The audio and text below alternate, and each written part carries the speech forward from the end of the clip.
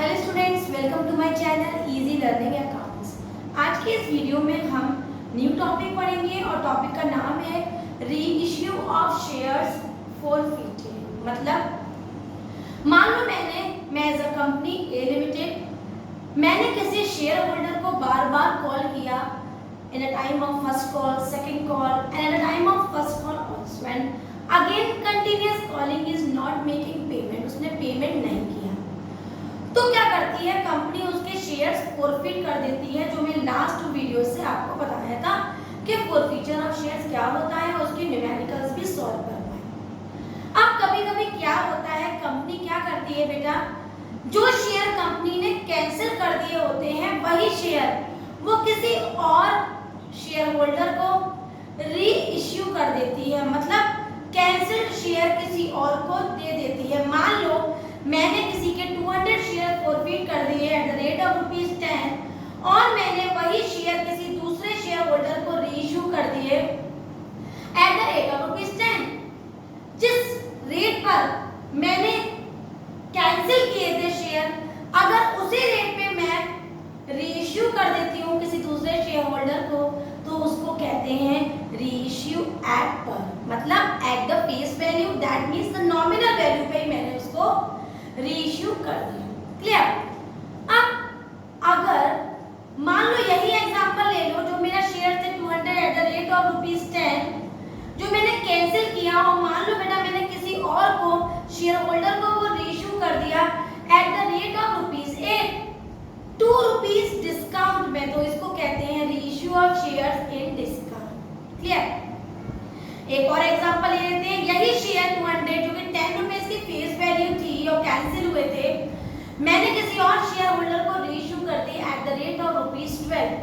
तो यहाँ पर मैंने ₹2 का उससे प्रीमियम चार्ज किया, तो उसे कहते हैं reissue of shares in premium. Clear? तो पहले इसको थोड़ा पढ़ते हैं कि एक्चुअल में होता क्या है और इनके ट्रीटमेंट्स क्या होते हैं। तो देखिए, selling the shares which are issued earlier, जो शेयर पहले इश्यू हो चुके थे and were cancelled by the company, और कंपनी ने उसे कैंसिल कर दिया था, is known as reissue of shares. उन शेयर्स को दोबारा से किसी और को इश्यू कर देना, उसको कहते हैं री इश्यू ऑफ शेयर्स। क्लियर है बेटा? डेफिनेशंस कम आती हैं, स्पेशली ये डेफिनेशंस नहीं आती हैं, इसलिए बस ओनली फॉर योर नॉलेज मैंने इसकी डेफिनेशन लिख दी। अब आगे बढ़ते हैं इसके ट्रीटमेंट की तरफ। क्लियर? तो जब भी मैंने अभी आपको एक एग्जांपल बताया कि कंपनी के 200 शेयर फॉरफिट हुए, पहले उसने सेम रेट पर उसको रीइश्यू कर दिया, तो एट पर रेट को एट द रेट ऑफ को कम करके रीइश्यू कर दिया at discount, at the rate of को बढ़ा के उसने रीइश्यू कर दिया, दैट इज प्रीमियम। तो रीइश्यू करने के 3 केसेस होते हैं। पहला होता है if the share forfeited reissued at पर।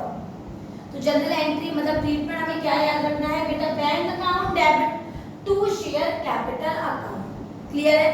जितने शेयर हमने रीइश्यू करे उसको बैंक अकाउंट डेबिट और शेयर कैपिटल अकाउंट में वैल्यू को हम लिख देंगे। क्लियर है? मान लो मैं अभी जो एग्जांपल बता रही थी 200 एट द रेट ऑफ ₹10, तो 2000 लिखकर ये एंट्री खत्म हो जाएगी। क्लियर है बेटा? नेक्स्ट केस है if the forfeited shares reissued at discount. अगर मैं वही एग्जांपल ले लूं जो अभी आपको बता रही थी कि 200 के शेयर जिसकी फेस वैल्यू 10 है और मैंने रीइश्यू कर दिए किस पे, 2 पे, तो मेरे पास पेमेंट कितने का रिसीव हो, सॉरी पेमेंट रिसीव कर मैंने रीइश्यू कर दिया 8 पे और डिस्काउंट दिया उसको ₹2 का, क्योंकि मेरे एक्चुअल फेस वैल्यू कितनी थी 10।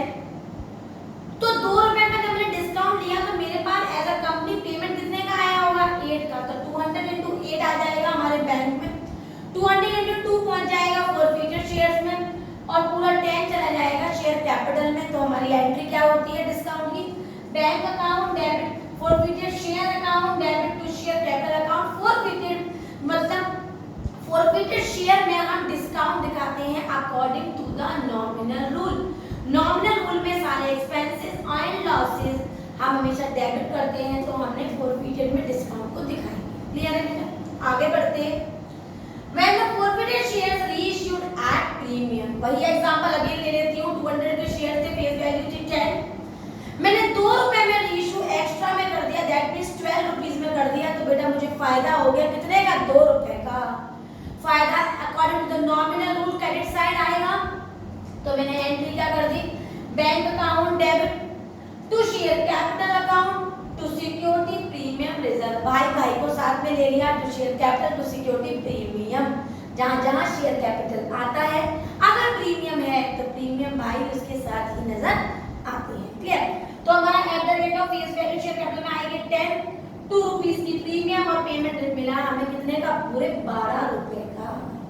तो ये हमारे केस थे at par bank account debit share capital account, at premium bank account debit share capital security premium, at discount bank account debit forwarded share account debit to share capital account. अब हमें जो आगे की बात याद रखनी है वो है बेटा, ये जो अमाउंट है हमारा फॉरफिटेड का, ये जो अमाउंट है हमारा बेटा किस चीज का, ये जो बैलेंस हमने निकाला है रीइश्यू का, ये अमाउंट हमारा ट्रांसफर हो जाएगा किसमें, ये जो अमाउंट है हमारे डिफरेंट डिफरेंट केसेस के, ये फर्दर ट्रांसफर हो जाएंगे कहां पर, शेयर फॉरफिटेड अकाउंट में, जो कि हमारे इस चैप्टर की बिल्कुल लास्ट एंट्री है।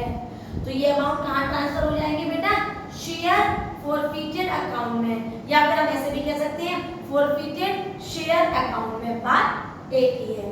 तो कैसे ट्रांसफर होंगे, किस तरह की ट्रीटमेंट्स होंगे, जरा उसको भी देख लेते हैं। रीइश्यू के बाद हमारी जो अगली एंट्री होती है बेटा वो कॉमन होती है, और एंट्री होती है हमारी forfeited share account debit to capital account. लेकिन इस एंट्री के पीछे कई सारी कैलकुलेशन है, कुछ आसान है, और अगर हम उसे समझ नहीं पाएंगे तो वही चीज हो जाएगी टिपिकल। तो समझ लेते हैं पहले।